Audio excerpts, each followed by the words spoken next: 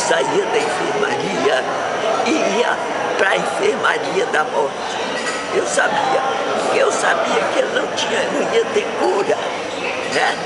Ele chegou do campo de batalha, teve todos os recursos, passou por diversas fases, 2 ou 3 aos grandes hospitais, e já não tinha cura, ele ia morrer. Então ele não tinha nem condições de voltar para sua terra doente, mas ele tinha um lugar certo. Então eu não fui doente, certo. Quais eram as suas ferramentas de trabalho? Quais eram as suas ferramentas de trabalho? Olha, nossa enfermaria, instrumento de trabalho era o hospital em Nápoles, onde eu trabalhava, era muito triste, porque quando o doente chegava lá, ele já sabia que ele não tinha uma perna, que ele não tinha uma mão, braço, já tinha um rosto deformado, já tinha que ir para sua terra procurar um jeito de uma perna mecânica, de uma cirurgia plástica. Então eles eram jovens, chegavam na minha enfermaria com o moral muito baixo, querendo morrer. A gente falava dos pais, de pai, de mãe. Então ficava parecendo que o meu hospital, eu achava que era um hospital de psicologia, sabe? A gente tinha que ajudar o homem em tudo. Escrever carta para a namorada, convencer que ele tinha que levar a carta para os pais, para a namorada. Ele não tinha mão, a gente escrevia a carta para ele. Então levantar o moral desses homens era muito mais difícil do que fazer os curativos deles, do que dar a injeção, a penicilina, que naquela época era de 3 em 3 horas. Então na minha enfermaria você começava a dar injeção. Em 64 homens. Quando você terminava de dar o último, já tinha passado as 3 horas, você começava no primeiro. Então era um rodízio completo. Para 64 homens, eram 3 enfermeiras, 2 americanas, eu brasileira, e 2 técnicos, enfermeiros. Então, para cuidar desse povo todo, né? Era essa a minha função, era uma função hospitalar. Eu tive me mandado, depois como a gente fazia o rodízio, e como quando eu fui, a minha especialidade era mais cirúrgica, porque eu me preparei, formei, me preparei para ser instrumentista. E lá então eu fazia rodízio. Eu passei pela sessão de cirurgia, mas era pouco tempo, porque lá era trabalho demais. Você acabava de sair daqui de cuidar da perna de um que amputou a perna, amputar a perna de um, para voltar para outro que ia fazer a mesma coisa, amputação do braço, ou outra coisa qualquer. Então era um serviço contínuo e muito cansativo. Mas era muito bem organizado, a gente tinha assim, 8 horas de trabalho, 8 horas de descanso, e não tinha nada para você fazer a não ser dormir. Então você era obrigado a trabalhar, a dormir, porque você não tinha outra coisa para fazer, e também tinha mais 8 horas nas 24 horas, que você podia sair, ir ao cinema, assistir uma ópera, ter uma diversão, né? Um lazer. Cinema Porque tinha. o americano tinha isso, a gente tinha horário de trabalho, a hora de descanso e a hora de lazer. Porque a hora de lazer, tudo funcionava. Mas nas horas de descanso, nas horas de trabalho, era tudo muito bem organizado. Todo mundo trabalhava, todo mundo descansava, todo mundo se divertia.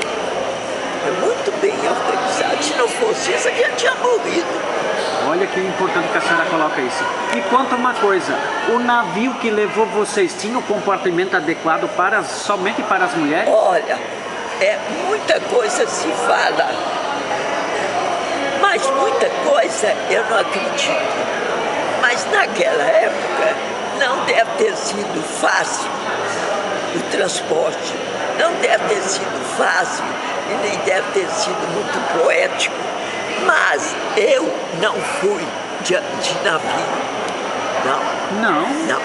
Eu cheguei na guerra primeiro do que os ex-combatentes, do que o primeiro escalão, mas eu fui de avião. Quer dizer, o primeiro escalão foi, depois eles mandaram um avião cheio de enfermeiras para receber os homens. Então foi tudo muito bem organizado, não foi como dizem, não, foi organizado. Eu fui de avião, Que chique. saí depois do navio, mas cheguei antes do navio na Itália. E mesmo assim, nós ficamos 12 dias em Natal fazendo curso para pular de paraquedas, para poder fazer o transporte do Atlântico, que naquela época tinha muito bombardeio, muita coisa.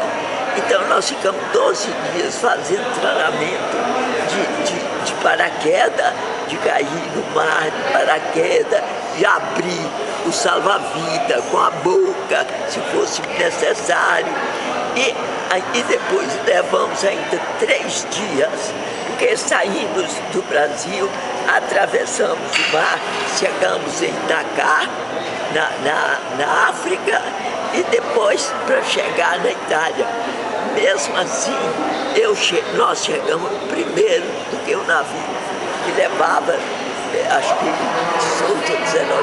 A senhora foi com o avião da Força Aérea Brasileira ou Americana? Não, nós fomos no avião americano, mas não era esse avião de hoje. Ele era uma lataria, um barulho imenso, não tinha puxoado, não tinha nada. Era um banco de um lado, um banco do outro, né? E a gente sentava ali, né? E aquilo ia trepidando pelo ar afora, mas não caía, não. Era muito seguro. E vocês aterrizaram lá em qual cidade daí? Então nós saímos de Natal e nós saímos do Rio. Do Rio nós fomos a Recife. De Recife a Natal. Ficamos 12 dias numa base aérea que chamava Parnamirim, que foi o americano quem fez mesmo para isso, né? E lá nós ficamos 12 dias fazendo treinamento para poder ir de avião para a Itália. Sabe? Depois fomos para a Itália. Mas a gente saiu do Brasil, atravessou o Atlântico, chegamos na África e ficamos em Dakar. Portugal. Em Dakar a gente dormimos num salão igual a esse aqui, mas não tinha parede, tinha cobertura, mas as paredes eram de grade, não, arame, tecido, fininho, as paredes. Então de fora você via cá dentro, mas não via tanto, era como hoje muitos carros, quem estivesse dentro via cá fora. E nós dormimos em rede, era assim, tudo rede, armada. E cada uma dormia numa rede. E as minhas colegas, muitas, não dormiram, ficaram olhando os guardas, todos negros, né? Vestidos com aquelas roupas verde, verde e vermelho, né? Aqueles capacetes, aquele fuzil na costa, rondando ao redor. Eu dormi, porque eu toda a vida fui muito tranquila, sabe? Eu tinha muita calma, fui muito calma, aceitava as coisas com muita paciência e tudo. Então eu fiquei pensando, olha, quem vai no fogo é para molhar. Se eu vim na guerra foi para ver isso tudo, foi passar por isso tudo. Então deixa ele. Tentei. Fui dormir. Mas teve muitos que não dormiram, com medo dos guardas zanzando cá fora. Essas coisas. Então a gente começou a sofrer as consequências desde o momento que a gente saiu, né? Porque você vê, uma moça acostumada na família e tudo mais, chegar em Natal, ter que pular de paraquedas, ter que abrir o salva-vida com a boca, fazer aquele esforço. Mas tudo organizado. Se você não podia, como muitos não puderam, mas tinha ali aqueles barcos, né? Que salvava, olhava, pegava, levava. Então a gente começou com essa luta, mas nós enfrentamos. Foram 73 mulheres que hoje eu acho que nós fomos muito corajosas e audaciosas, né? Não foi só a coragem, foi a audácia de fazer as coisas. Porque não foi fácil, não. Numa época que a gente não podia, mulher não podia fazer nada. Exato. Me diga uma coisa, alguma dessas mulheres enfermeiras se apaixonaram por homens italianos? Oh, não era só italiano. A questão é que a gente não tinha tempo. A gente não tinha tempo. O tempo era pequeno. Para você conhecer, namorar, não dava. E depois também era isso. A gente vivia mais, era no meio de militar. E militar, na guerra, ele não parava. Ele não parava. Nós mesmos, eu fiquei 11 meses na Itália, teve que fazer rodízio. A não ser que eles observavam que a pessoa era necessário, estava dando bem, que tudo saía bem com aquela pessoa, eles não iam mudar, né?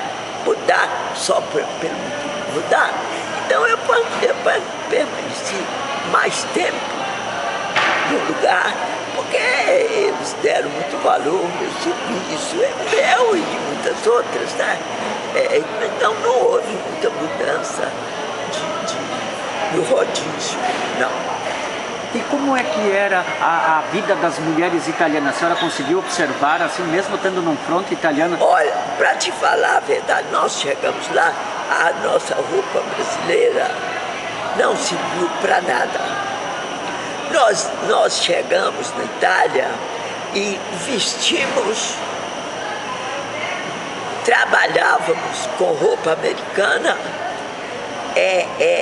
vivíamos com americanos, comíamos americano. Tudo. Eu, com o meu físico, eu era muito. Os brasileiros chegavam e ficavam conversando comigo, falando uma palavra em italiano, outra em inglês, outra em francês. Aquela mistura, sabe? Porque eles pensavam que eu era americana. O meu modo era muito parecido com a da enfermeira americana, sabe? Então eu vestida de americano e tudo, eles achavam. Eu deixava eles falar, eles pensar.